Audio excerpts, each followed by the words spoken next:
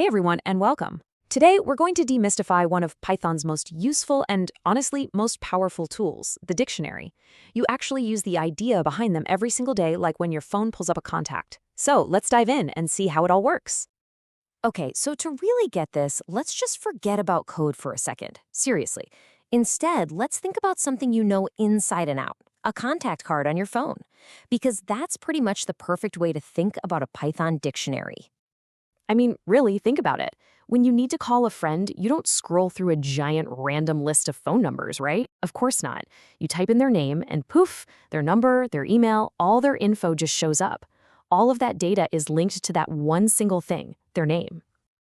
And that right there is exactly what a Python dictionary is all about. It's a way to store information in what we call key-value pairs. The key is that unique thing you search for, like your friend's name, and the value is the information you get back, like their phone number. This whole key-value relationship, that's the magic trick. You have a key, let's say name, and its value is Ali. You have another key, age, and its value is 20. You use that unique key to instantly look up the value you need. It's just a super simple, powerful, and incredibly organized way to handle your data. Now here's where it gets really cool. These digital contact cards aren't set in stone.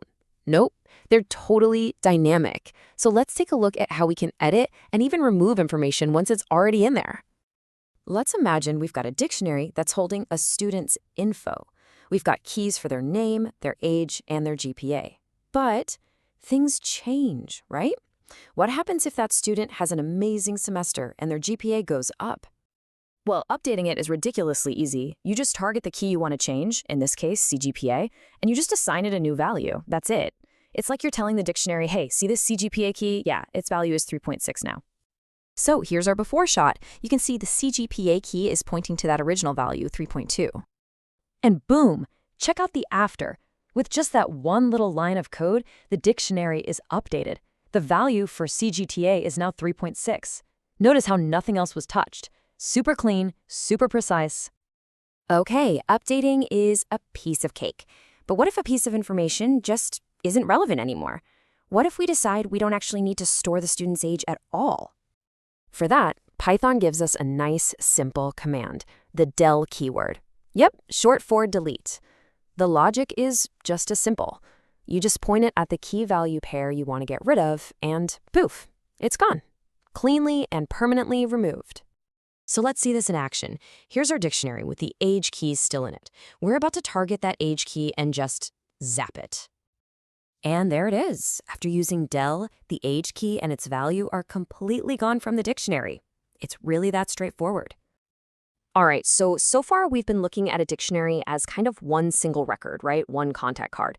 But where they really start to shine is when you use them to organize a whole collection of related items. Let's see what I mean. A student's report card is the perfect example. You have a subject, and then you have a score for that subject. Math, 85. Physics, 78. See the pattern? Each subject is a key, and the score is its value. Dictionaries were practically made for this kind of thing. And the best part is, once you have all that data neatly packed in there, you can just cruise right through it. Python makes it so easy to loop over a dictionary, grabbing each subject and its score one by one, so you can display them or do whatever you need with them. So if we run that loop to print everything out, the first thing it's going to grab and show us is, of course, Math 85. Then the loop just automatically moves on to the next pair, and it prints out Physics 78. And it just keeps going. Next up is Chemistry 88. And finally, it gets to the last one, English 90. The loop just works its way through every single item until it's done. And what we get is a perfectly clean, readable list.